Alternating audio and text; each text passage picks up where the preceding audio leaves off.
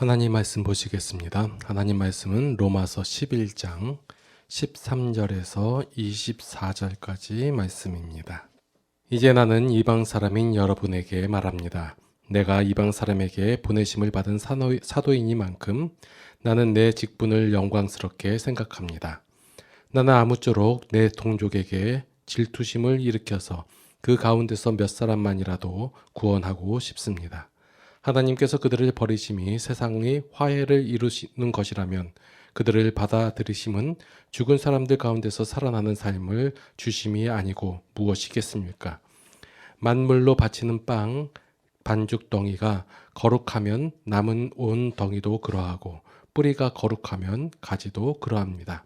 그런데 참 올리브 나무 가지들 가운데서 얼마를 잘라내시고서 그 자리에다 돌 올리브 나무인 그대를 접붙여 주셨기 때문에 그대가 참 올리브 나무의 뿌리에서 올라오는 양분을 함께 받게 된 것이면 그대는 본래의 가지들을 향하여 우쭐대지 말아야 합니다. 비록 그대가 우쭐댈지라도 그대가 뿌리를 지탱하는 것이 아니라 뿌리가 그대를 지탱한다는 것을 명심해야 합니다. 그러므로 본래의 가지가 잘려나간 것은 그 자리에 내가 접붙임을 받게 하시려는 것이었다 하고 그대는 말해야 할 것입니다. 옳습니다. 그 가지들이 잘린 것은 믿지 않은 탓이고 그대가 그 자리에 붙어 있는 것은 믿었기 때문입니다. 그러니 교만한 마음을 품지 말고 도리어 두려워하십시오. 하나님께서 본래의 가지들을 아끼지 않으셨으니 접붙은 가지도 아끼지 않으실 것입니다. 그러므로 하나님의 인자하심과 준엄하심을 생각해 보십시오. 하나님은 넘어진 사람들에게는 준엄하십니다. 그러나 그대가 하나님의 인자하심에 머물러 있으면 하나님이 그대에게 인자하게 대하실 것입니다. 그렇지 않으면 그대도 잘릴 것입니다. 그러나 믿지 않았던 탓으로 잘려나갔던 가지들이 믿게 되면 그 가지들도 접붙임을 받게 될 것입니다. 하나님께서는 그들을 다시 접붙이실 수 있습니다. 24절까지. 그대가 본래의 돌 올리브 나무에서 잘려서 그 본성을 거슬려 참 올리브 나무에 접붙임을 받았다면 본래에 붙어있던 이 가지들이 제 나무에 다시 접붙임을 받는 것이야 얼마나 더 쉬운 일이겠습니까? 아멘. 하나님께서는 완전하신 분이시죠. 부족함이 없으시고 온전하신 하나님. 이렇게 우리가 알고 있습니다. 그렇다면 하나님께서 어떤 기준을 세우시고 또한 하나님께서 뜻을 세우시고 하나님께서 어떠한 방법을 제시하셨다면 그것은 하나님을 위한 것이 아니다라는 것이에요. 그래서 성경 속에서 나타난 하나님의 기준이나 하나님의 뜻이나 하나님의 방법은 다 하나님을 위한 것이 아니라 인간을 위한 것입니다. 그래서 하나님께서 일하시고 하나님께서 행하신 것은 하나님을 위한 것이 아니라 결국적으로 하나님을 위한 것이 아니라 성도를 위한 것이지 하나님께서 내가 이제 일했으니 그 결과를 내가 받겠다 하는 것이 아니에요. 그래서 성경 속에서 나타난 하나님의 일하심이나 역사하심을 우리가 살펴본다면 그것은 전적인 성도를 위한 것이다, 나를 위한 것이다 라는 것을 먼저 인식하고 생각하고 말씀을 읽어가야 할 것입니다. 예수님을 믿고 믿음 생활을 한다는 것은 내가 먼저 하나님의 사랑을 깨달아 그 사랑에 대하여 감격하고 그 감격한 그 결과로서 다른 사람들에게 하나님의 심정을 가진 자로서 대하는 것이에요. 이게 믿음 생활이며 이게 신앙 생활이에요.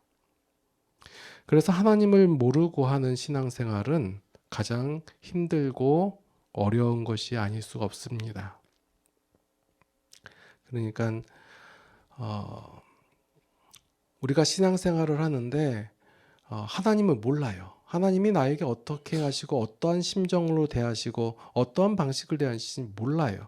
그런데 내가 신앙생활을 그냥 해요. 그러면 이 신앙생활을 유지하기 위해서 하기 위해서 인간적 방법을 동원하고 인간적 가치와 기준을 거기다 넣어버리니까 힘들다라는 거예요.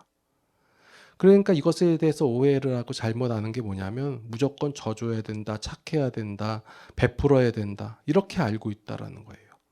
하나님의 심정을 대하는 방식은 우리가 무조건 져준다거나 베푼다거나 그런 방식이 아니에요. 자, 하나님의 심정을 잘 아시는 분이, 우리가 아는 분이 누가 있냐면 예수님일 거예요. 그렇죠? 예수님께서 행하신 거 보면요, 무조건 사람들에게 막 져주거나 아니면 온화하게 대하고 착하게만 사시지 않으셨어요. 뭐 보면 뭐 독사의 자식들아라고 욕도 하시고, 예수님 욕 잘하셨어요. 우리가 이렇게 독사의 자식들아라고 되어 있으니까 굉장히 순화되어 보이는데, 원본상에서 보면 우리나라의 욕으로 바꿔서 보면 뭐 개새끼들아 뭐 이렇게 쌍욕을 그냥 하시고, 안 봐주시고, 강하게 얘기하시기도 하고. 그럼 예수님의 방식만 보더라도 우리가 알고 있는 그냥 이 세상 사람들이 알고 있는 신앙인의 삶하고 조금 다르다예요. 자, 하나님께서 인간을 대하시는 방식을 살펴보면 하나님은 먼저 인간의 상태를 잘 아시잖아요. 그죠? 그것을 잘 아시고 우리를 대하시는 거예요. 그렇기 때문에 우리의 상태를 잘 아시잖아요. 그러니까 우리가 어떠한 반응을 일으키고 어떠한 모습을 나타낼지를 하나님께서는 아신단 말이에요. 그럼 아시는 분이 우리가 어떠한 반응을 일으키는지 행동을 할지 아시는 분이라면 우리의 반응이나 행동에 의해서 그 하나님께서 실망하거나 실족하신다, 안 하신다? 안 하신다예요. 모를 때 실망하고 모를 때 이럴 줄 몰랐다, 네가 이럴 줄은 몰랐다 하면서 실족하는 것이지, 다 알고 어떠한 상태이고 어떠한 반응일지를 안다면 그렇게 실망하지 않는다라는 거예요. 제가 애들을 가르치잖아요. 그러면 애들의 수준과 상태를 알아요. 그러면 애들이 이제 시험 보고 나서 선생님 이렇게 점수를 받아왔어요 라고 얘기를 해요. 그럼 제가 실망하지 않아요. 오히려 놀래요. 생각보다 잘 나왔네 하면서.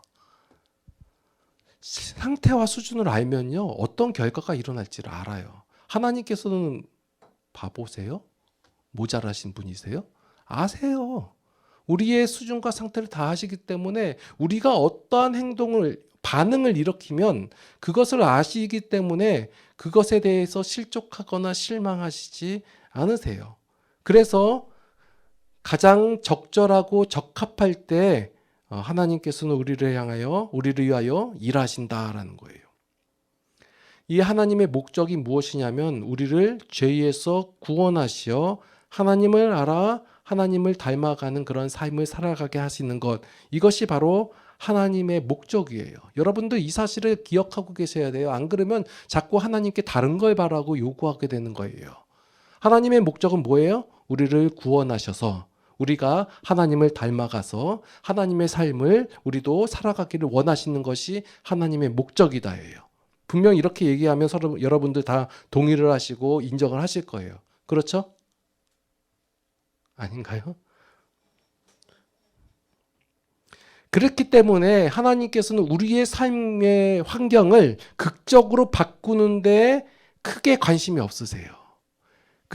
그러니까 하나님의 목적은 우리를 구원하셔서 하나님을 닮아가서 하나님의 삶을 영위하는 것이 하나님의 목적이에요. 그런데 우리는 뭐에 관심이 있냐면 우리의 삶이 극적으로 변화되기를 원한다는 말이에요. 우리의 삶의 환경에 어려움이 해결되기를 원하는 거예요. 그런데 정작 하나님께서는 이 어려움을 해결하는데 우리의 어떤 소망을 이루는데 크게 관심이 없다는 사실을 여러분 기억하셔야 돼요. 오로지 목적은 뭐예요? 우리를 구원시켜서 우리를 하나님 닮아가게 하는 것, 하나님의 심정을 갖게 하는 것.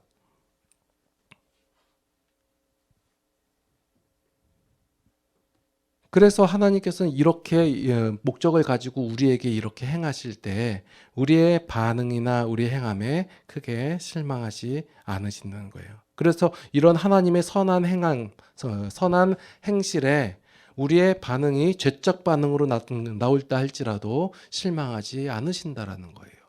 하나님께서는 이렇게 우리를 대하시고 계세요. 그러면 우리도 이러한 하나님을 닮아서 사람에 대해서 알아야 되고 죄에 대해서도 알아야 되고, 그러면 그 사람이 내가 어떤 선한 마음으로, 하나님의 마음으로 어떤 다른 사람들에게 이렇게 행했을 때 그 반응이, 우리는 기대하길 뭘 기대해요? 선한 반응을 나오길 기대한단 말이에요. 그런데 선한 반응으로 안 나올 경우가 많아요. 왜냐하면 그가 하나님을 모를 때면 그 죄적 반응으로 나온단 말이에요. 그 죄적 반응으로 나온다 해가지고 실망하거나 어려워하거나 힘들어하지 말라는 거예요. 근데 이렇게 말씀을 드려도 막상 삶 속에서 여러분들이 하나님의 마음을 가지고 내가 이렇게 잘해줘야지 하고 다른 사람들에게 어떤 그런 베품 아니면 행함 이런 것을 했어요. 선한 행실을 했어요. 그런데 그 사람의 반응이 어떻게 나와요? 악한 반응으로 나온단 말이에요. 왜요? 죄적인 상태에 있기 때문에 죄의 반응으로 나가올 수밖에 없는 거예요. 그런데 그걸 보고 우리는 실망한다는 거예요. 그리고 하나님께 원망을 하죠. 왜 하나님 나에게 이런 마음을 주셔가지고 내가 이렇게 했으면 이렇게 당연히 나와야 되는 거 아니냐고. 자, 이러한 우리의 하나님의 일하심을 우리가 잘 모르니까 기독교들이 행하는 많은 오류들이 뭐냐면 기독교에 있는 성도는 무조건 착해야 된다. 이런 하는 착한 아이 컴플렉스 이런 걸 다 갖고 있잖아요. 어릴 때부터 교회 다니는 애들은 다 그게 있어요. 착해야 된다 하고. 착한 아이 컴플렉스 이런 거. 그리고 다른 사람들도 그렇게 얘기하잖아요. 교회 다니는 사람이 그렇게 나쁘면 되냐고. 착하게 살아야 된다고. 이런 오해라는 것이 있고, 또한 성경에 대한 지식을 조금만이라도 더 알잖아요. 그럼 뭐 하냐면요. 정죄하기 바빠요. 저 집사는 왜 이렇게 행동해? 저 목사는 왜 이렇게 해? 그 장로는 왜 이렇게 하면서 정죄하기 시작하는 거예요. 말씀해 보니까 이렇지 않냐 하면서. 조금이라도 이게 성경적 지식을 알고 있으면 틀리지 않았냐 하면서. 이런 경우를 많이 봤어요. 제가 성경 공부를 하거나 이렇게 지식적인 내용들 이렇게 알려주고 하면 이것을 아는 사람이 다른 사람들에 대해서 정죄를 하는 거예요. 이거 잘못 알고 있다. 당신 틀렸다. 봐라. 이런 성경 말씀 본문에 의하면 이러고 앞뒤 내용 보면 이러지 않냐 하면서 정죄를 한단 말이에요. 이것은 하나님에 대해서 잘 모르는 오해에서 나타나는 행동들이에요.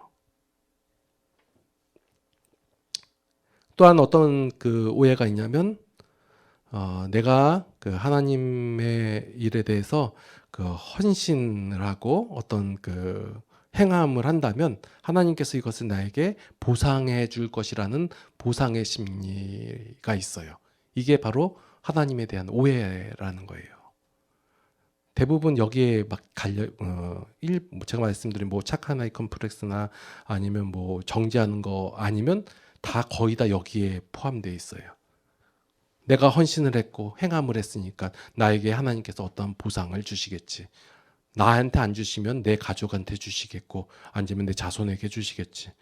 이런 거라는 거예요. 이건 하나님의 일하심에 대해서 잘 모르는 행동들이에요. 하나님의 목적이 뭐라고 했죠? 우리를 구원하여 하나님 닮아 하나님의 안에서 하나님의 삶을 살아가게 하시는 것. 이것이 하나님의 목적이에요. 이거대로 맞춰서 살아가야 되는데 우리는 하나님에 대해서 잘 모르니까 자꾸 우리가 알고 있는 대로 행해서 내가 헌신을 하고 행함을 하면 하나님께서 나에게 보상을 해주시겠지. 자, 그래서 하나님께서 여러분들에게 보상을 해주셨어요. 어떠한 보상이요? 여러분들이 바라고 원하는 그런 어려움을 해결하거나 아니면 어떤 필요를 채우시는 보상으로 주신 것이 아니라 구원하셨다 해요. 은혜를 주셨다 해요. 이게 하나님의 가장 큰 보상이에요. 근데 우리는 다른 것을 바라고 가니까 하나님을 오해하고 신앙의 삶이 힘들어진다라는 거예요. 하나님께서는 인간을 위하시고 협박하지 않으신다는 것이 이 신앙의 기본적인 개념이에요. 여러분들 이 개념이라는 것을 그러니까 이게 기둥인데 이것이 휘둘려지고 자꾸 옮겨지고 그러면요 우리가 신앙생활하기가 너무 힘들어질 거예요. 자, 하나님께서 인간을 위하신다예요. 인간을 위하여 일하시고 행하신다예요. 그리고 협박하지 않으신다예요. 왜 이 말씀 제가 지금 앞선부터 지금 서론부터 계속해서 강조를 하냐면요. 오늘 본문 말씀이 우리가 많이 오해하고 협박용으로 많이 쓰는 말씀이기 때문에 제가 말씀을 드리는 거예요. 자, 뭐에 이걸 어떻게 말씀을 사람들이 협박용으로 쓰냐면, 자, 봐라, 이스라엘을 하나님께서 세우셨는데 그 이스라엘을 내치고 너희들을 접붙였는데 너희들이 여기서 교만하고 행함을 제대로 살지 않고 신앙생활 제대로 안 하면 하나님께서 어떻게 하시겠어? 다 잘라버리겠지. 그리고 다시 이스라엘도 원가지도 내쳤는데 접붙인 것들이야 어떻게 더 쉽게 내치지 않겠어라고 하면서 협박하면서 어떻게 해요? 똑바로 살아라, 신앙생활 열심히 해라, 잘 살아라, 그 신앙인답게 살아라, 이렇게 협박을 하는 거예요. 근데 하나님께서는 협박하시지 않으신다예요. 하나님께서 행하시는 모든 기준은 바로 성도를 위한 것이에요. 하나님께서는 우리를 죄인인 줄 알고 부르셨어요. 그렇기 때문에 우리의 행함과 행동에 대해서, 우리의 어떤 결과에 대해서 실족하거나 실망하시지 않으신다예요. 자, 잘라버린다는 뭐예요? 내가 너에게 이렇게 은혜를 주고 너에게 이렇게 복을 베풀었는데 너는 왜 이렇게 행동을 했느냐? 이거 잘못했지, 잘라버린다. 이게 아니다라는 거예요. 모르시면 그러실 수 있는데 아신다예요. 아시니까 우리가 어떤 행동을 할지, 어떤 반응을 이룰지, 죄인인 줄 알고 불렀으니까. 그런데 이렇게 잘못했다고 해서 너 죄인이 잘못했다고 해가지고 잘라버리면 돼요, 안 돼요? 안 된다는 거예요. 근데 우리가 하나님을 다 이런 식으로 생각한다는 거예요. 많은 기독교인들이. 그러니까 이상한 기독교가 되고 말아버린다는 거예요. 자, 분명히 오늘 그 지난번 본문 말씀인 11장 1절 말씀에 보니까 자기 백성을 버리셨느냐? 그럴 수 없느냐라고 분명히 선포하셨는데 오늘 본문 말씀에서 자, 봐라, 너 잘못하면 잘라버릴 거야. 이래 버리면 돼요, 안 돼요? 이상한 기독교가 되는 거예요. 성도가 하나님을 모르면요, 고생을 해요. 그리고 성도들은 뭘로 하나님을 이해하냐면 성도의 구원을 단지 지옥 안 가는 정도로 이해를 하고 만다는 거예요. 그래서 기독교 다니는 건 천국 가냐, 지옥 가냐, 얼마나 상급을 받냐, 못 받냐, 여기에만 관심이 있다는 거예요. 그럼 하나님께서는 뭐라고 하시는 거예요?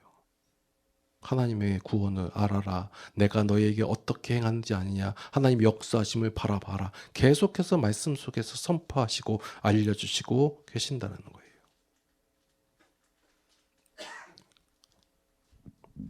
그래서 성도가 하나님을 모른 채 그냥 신앙생활을 하게 되면요, 얼마나 고생을 하냐면요, 수준과 상태도 안 됐는데 자꾸 경건한 삶을 살려고 하니까 힘들고 맨날 그 자책감에 빠져 있고 어렵고, 그리고 하나님의 심정은 없는데 알지도 못하는데 그 기준과 원리도 모르는데 뜻도 모르는데 그냥 그렇게 살아야 된다고 하고, 또한 하나님께서 주신 것이 얼마나 값진 것인지 모르는 채 내가 바라고 원하는 것을 얻기 위해서 신앙생활하니 그것이 얼마나 고생이겠어요. 자, 그래도 하나님께서는 여러분들에게 끊임없이 지속적으로 은혜를 내려주시는 사실을 잊지 마시기 바랍니다. 자, 오늘 본문 말씀에 보니까 시기나게 하여 라고 나와요. 이스라엘 백성들이 이방인들 보고 아무쪼록 시기나게 해서 얼마큼이라도 더 구원받는 것이 사도 바울의 마음이었어요. 자, 세상 사람들이 흔히들 성도의 삶을 보고 시기나게 해야 한다고 말들을 해요. 자, 여러분들의 삶을 보면 세상 사람들이 보고 시기가 나던가요? 저는 확실하게 시기가 안 나는 것 같아요. 자, 그렇다고 해서 성도가 전도를 목적으로 해서 거짓된 삶을 살면 그만한 고생은 없다고 보는 거예요. 밖에서는 경건하게 성경책을 꼭 껴안고 다니고 막 주일날 예배를 가고 아니면 찬송가를 항상 집에서 틀어놓고 그러는데 집안에서 맨날 싸워요. 막 가족끼리 막 불편하고 얼마나 힘들어요. 고생하고.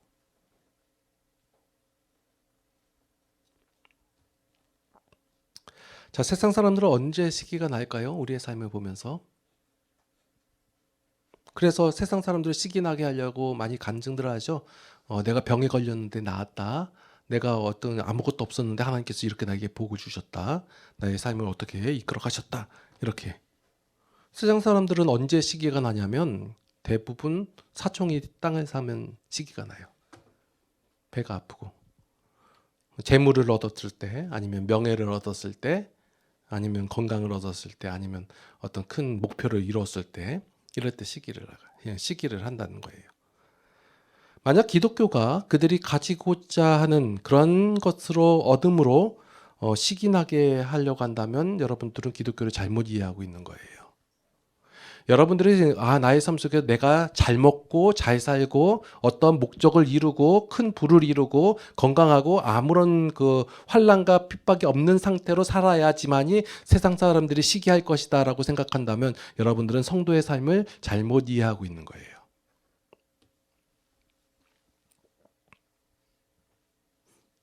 기독교는 그들이 바라고 가지고자 하는 것을 얻음으로 시기나게 하는 것이 아니에요.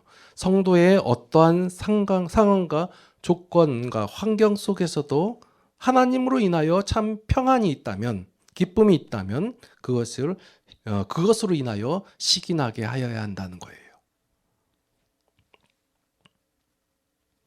예가 될지 모르겠는데요. 제가 설교할 때 예를 들지 말라고 했는데 자, 본문만 이해하시고 어떤 성도에게 한 1억 원이 있다고 쳐요. 그러면 그 사람을 보니까 삶이 기쁘고 평안하게 사는 것 같아요. 그러면 1억이 없는 사람들은 그 사람을 보면서 저 사람은 1억이 있기 때문에 평안하고 기쁨의 삶을 살 것이다 라고 생각을 할 것이에요. 그런데 만약에 10억이나 100억이 있는 사람이 1억 있는 사람을 보면 어떻게 할까요? 그것 때문에 자기보다 더 기쁘고 편하게 산다? 그러면 1억 때문에 편하게 기쁘게 사는 것이 아닐 것이다 라고 생각을 하겠죠. 그런 의문이 들 거예요. 그러니까 여러분들이 어떤 조건이 있어가지고 그것이 그걸로 인하여 평안하고 기쁘게 사는 것이 아니라 여러분들의 삶 속에서 어떠한 조건과 환경이나 상황하고 상관없이 여러분 가운데 평안이 있다면 그것은 바로 하나님으로 인하여, 하나님을 알므로 인하여 그 하나님 때문에 평안하다, 기쁘다 이거예요. 그걸 보고 사람들이 저 사람은 왜 그럴까라고 살펴보니 저가 하나님을 알기에 저러한 삶을 살 수 있구나. 이게 시기나게 하는 것이지. 여러분들이 어떤 환경을 이루어내고 상황을 만들어내고 조건을 이루어내고 그걸로 인해 가지고 여러분들을 보고 세상 사람들이 시기나지 않는다는 거예요.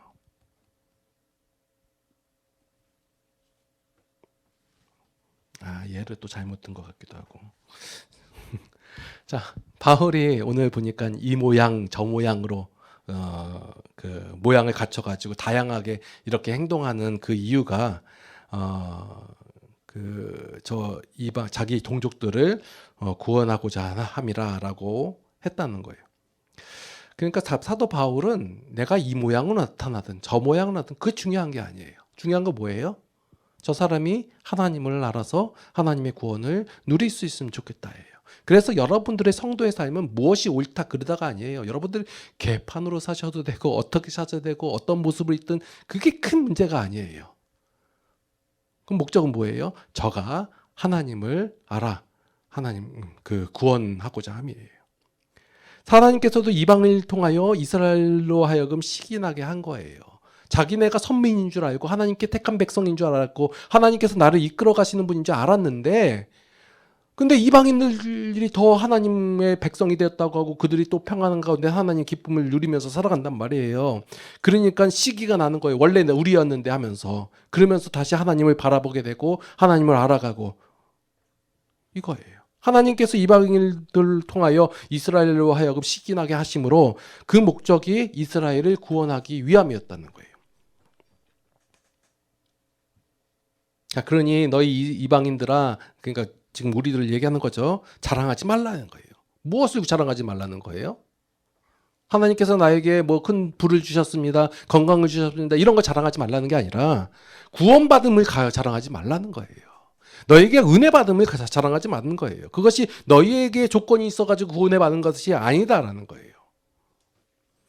구원받은 것을, 복받은 것을, 은혜받은 것을 자랑하지 말라는 거예요. 다른 건 좀 자랑해도 돼요. 예. 자, 세상은 모르지만 우리는 알고 있는 것이 있어요. 뭐예요?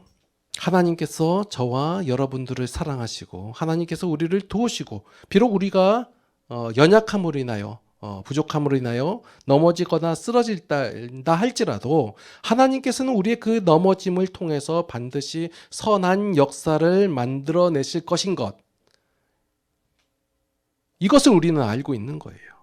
하나님을 알기 때문에 우리의 삶이 다른 사람들에게 시기 나게 하시고, 우리는 그냥 삶을 살아가고, 우리는 그냥 하나님을 알아가서 그 하나님의 은혜로 인하여 우리가 기쁨의 삶을, 평안의 삶을 살아갈 뿐인데, 하나님께서는 그것을 통해서 세상 사람들로 하여금 시기 나게 하여서 그들로 하여금 하나님을 바라봐 하나님께로 오게끔 하신다는 거예요. 그래서 그들로 하여금 시기 나게 하고 질투나게 하고 부러움 나게 하신다는 거예요.